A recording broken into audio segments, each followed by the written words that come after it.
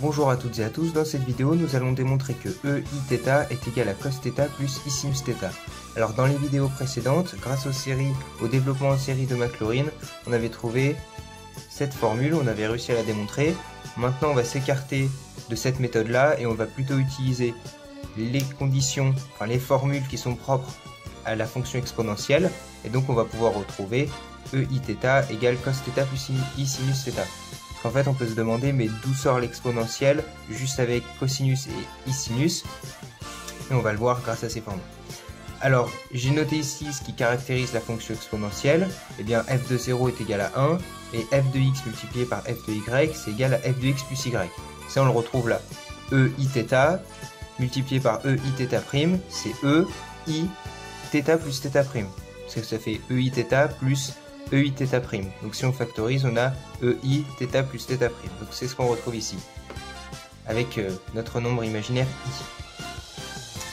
Alors, on va commencer par remplir la première condition, f de 0 égale à 1. Alors je précise qu'on pourrait dire aussi que f' est égal à f, mais là ces deux conditions, elles sont bien, elles suffisent pour retrouver EIθ à partir de cosθ plus I sinus θ. Alors f de 0 égale à 1, est-ce que on a bien cosinus de 0 plus I sinus 0 égale à 1?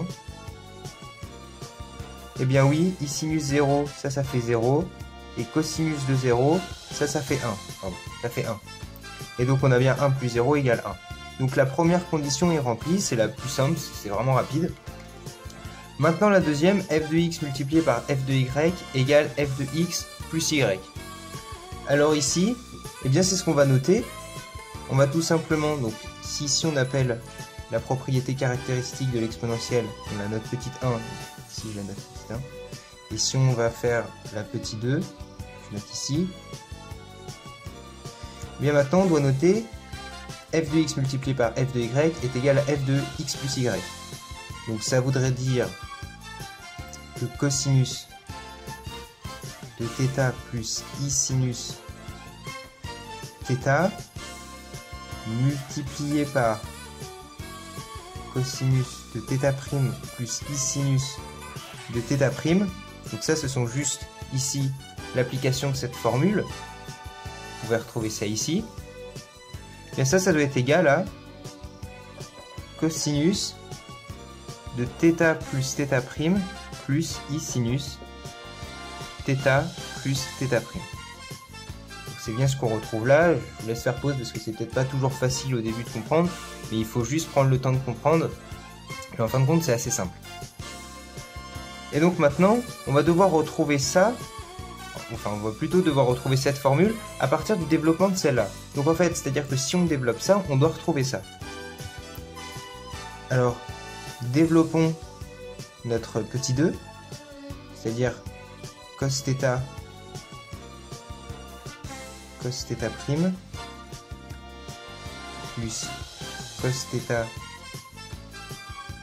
I sinus θ prime plus I sinus θ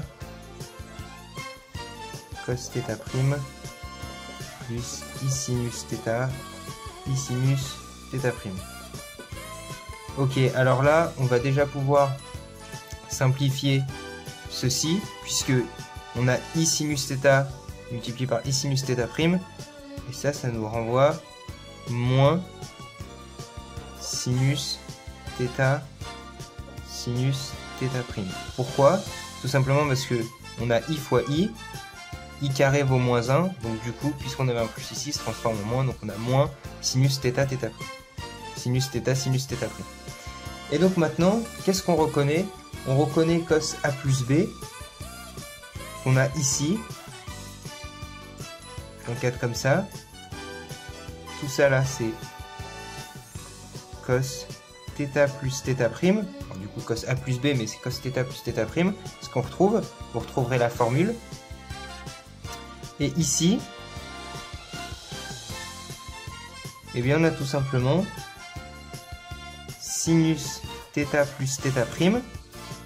Mais comme ici, on a un I qu'on pourrait mettre en facteur, eh bien, on va le mettre ici. I sinus θ plus θ prime.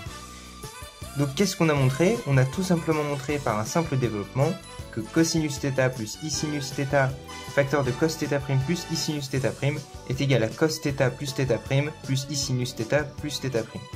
Ça c'était notre petit 2. Comme on a vérifié les deux conditions qui caractérisent la fonction exponentielle, on peut donc en déduire que eiθ est bien égal à cos θ plus i sinus θ. Maintenant j'aimerais aussi revenir sur une notion qui est la première quand on aborde les nombres complexes. Donc les nombres complexes, c'est-à-dire que les nombres réels sont compris dans l'ensemble des nombres complexes. Et on dit que dans l'ensemble des nombres complexes, on a un élément, on a un nombre i, tel que i au carré égale à moins 1. Mais ça peut paraître vraiment très abstrait, ça voudrait dire qu'on aurait un nombre au carré qui vaudrait moins 1. C'est bien que dans les réels, ça c'est impossible. Donc pour bien comprendre, je vais tracer un repère ici. Ici, on a l'axe des réels. Et ici, on a l'axe des imaginaires. Et donc, i, il a pour coordonnées, quand on le place ici, 0, 1. Et en fin de compte, ça veut dire que si on l'exprime i sous sa forme exponentielle, on a e, i,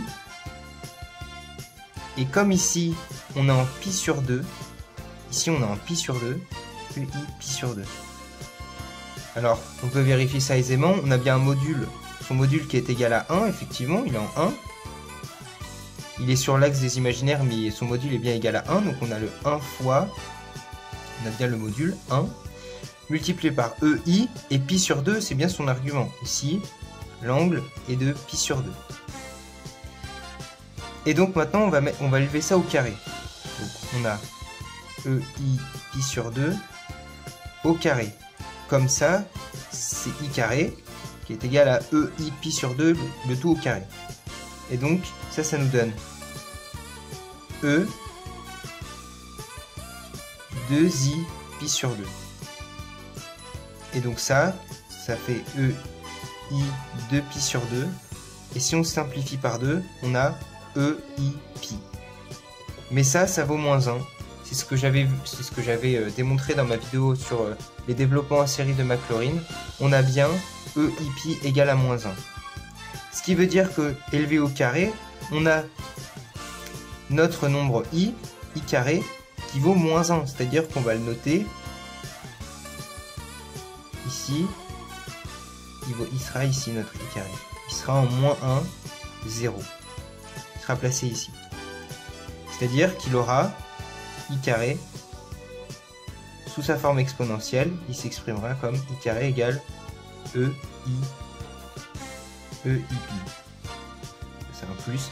Ei pi soit moins 1. Voilà pourquoi i carré vaut moins 1. Et ça permet de comprendre un petit peu mieux ce qu'est le nombre i et qui élevé au carré vaut moins 1. Parce que c'est toujours un petit peu abstrait.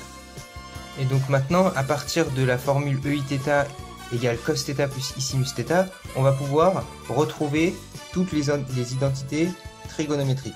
Par exemple, cos a plus b. Et pour retrouver cette identité trigonométrique, donc on va pouvoir d'ailleurs retrouver cos a plus b, cos a moins b, sin a plus b, sin a moins b, cos 2a, etc. Donc si je le fais déjà pour cosinus a plus b, ça va sembler assez facile pour retrouver cos a moins b, sin a plus b, etc. Donc pour retrouver cos a plus b, on va juste commencer par extraire le cosinus θ devant l'égalité. C'est-à-dire qu'on va avoir cosinus θ égale à eiθ. Et alors, on va pas s'amuser à mettre moins i sinus θ, on va tout simplement dire, vous allez comprendre, que cosinus θ, c'est la partie réelle de eiθ. Alors pourquoi? Ici, on a la partie imaginaire de eiθ. C'est pas i sinus θ qui est la partie imaginaire, c'est juste sinus θ. Attention.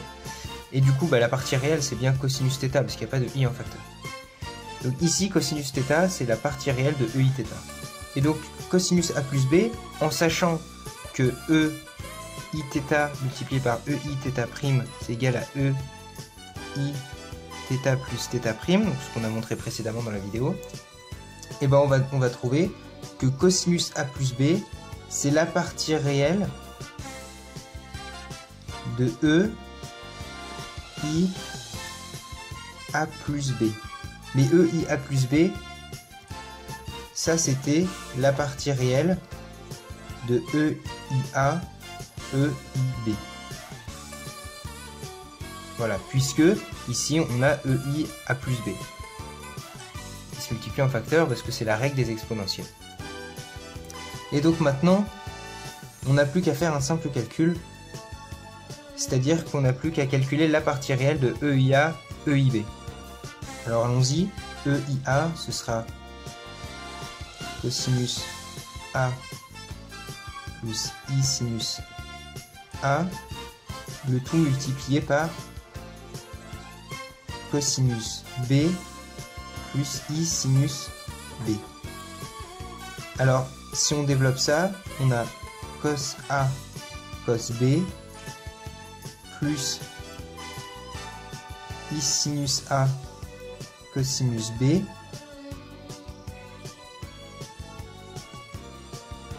plus I sinus A I sinus B. Alors je me suis un peu perdu, qu'est-ce que j'ai fait? J'ai fait cosinus A cosinus B plus cosinus A I sinus B. Donc, cosinus A I sinus B. Je l'ai réécrit un petit peu dans le désordre. Et du coup ça fait cosinus A cosinus B plus cosinus A I sinus B plus I sinus A cosinus B plus I sinus A I sinus B. Alors directement, comme on l'a vu précédemment, I sinus A I sinus B, ça nous fait moins sinus A sinus B. Et comme ici on s'intéresse juste à la partie réelle, c'est-à-dire que si on réécrit en factorisant cos A cos B, bah avec la partie réelle à gauche et la partie imaginaire à droite, donc sinus A sinus B, plus I facteur de sinus A cosinus B, plus, on a toujours le I ici, donc on va pouvoir le rajouter, cos A sinus B. Comme on s'intéresse simplement à la partie réelle de EIA, EIB, et bien finalement, cosinus A plus B, ce sera égal à cos A cos B moins sinus A sinus B. Ça vous pouvez vérifier sur internet ou dans vos formules, c'est bien le cas. Cosinus A plus B, c'est cos A cos B moins sinus A sinus B. Donc je répète, on s'intéresse à la partie réelle, puisque ici dans EIθ, cosinus θ, c'est la partie réelle de EIθ. Ici, c'est la sinus θ, c'est la partie imaginaire, cosinus θ, c'est la partie réelle. Donc du coup, on s'intéresse à la partie réelle de EIA plus B, pardon, et donc la partie réelle de EIA, EIB. Et donc ici, comme on a factorisé par I pour obtenir d'un côté la partie réelle et d'un autre côté la partie imaginaire, eh bien on trouve que cos A plus B, c'est cos A cos B moins sinus A sinus B. Et alors comme précédemment pour cosinus de A plus B, eh bien, on peut trouver sinus de A plus B qui est la partie imaginaire de EIA, EIB. Puisque précédemment pour cosinus θ, on avait extrait cosinus θ, on avait vu que cosinus θ c'était la partie réelle de EIθ, qu'après cos A plus B, on n'avait plus qu'à effectuer les calculs, EIA, EIB, la partie réelle de EIA, EIB, et du coup sinus A plus B, bah, c'est tout simplement la partie imaginaire de EIA, EIB. Puisqu'ici, comme on voit, sinus θ c'est la partie imaginaire de EIθ, on extrait I sinus θ, et on voit bien que c'est la partie imaginaire, sinus θ pardon, qui est la partie imaginaire de EIθ, puisque la partie imaginaire de EIθ c'est sinus θ, et non pas I sinus θ. La partie imaginaire c'est sinus θ. Et donc, on va pouvoir directement retrouver sinus A plus B, qui est donc la partie imaginaire de EIA, EIB, comme précédemment, on applique la même formule, la même méthode, et en fin de compte, la partie imaginaire, elle est ici. Donc ça, c'est extrait du calcul précédent. Et bien du coup, on trouve très facilement que sinus A plus B, c'est sinus A cosinus B, plus cosinus A sinus B. Et enfin, on peut trouver que cosinus 2A, c'est la partie réelle de EIA, EIA, qui effectivement donne EI 2A. Et donc, pour nous aider, on va dire que c'est la partie réelle de EIA, EIA, parce que du coup on n'aura plus qu'à recopier cosinus A plus I sinus A, multiplié par cosinus A, I sinus A. Donc c'est bien l'application de ceci. Et donc on trouve en développant que ça fait cos carré A plus cos A I sin A plus I sin A cos A plus I sin A, soit moins, puisque I carré vaut moins 1, sin carré A. Et donc en regroupant les parties réelles et les parties imaginaires, on trouve que la partie réelle c'est cos carré A moins sin carré A, partie imaginaire c'est ceci. Alors j'ai pas pris le temps de factoriser par i, mais on voit qu'on a des i ici et ici, donc on pourrait factoriser, donc ça c'est la partie imaginaire. Et donc en regroupant la partie réelle, on trouve que cosinus de A c'est cos carré A moins sinus carré A. Et comme ça on peut retrouver toutes les identités trigonométriques à l'aide donc de la formule EIθ égale à cosinus θ plus I sinus θ. Donc c'est vraiment très pratique.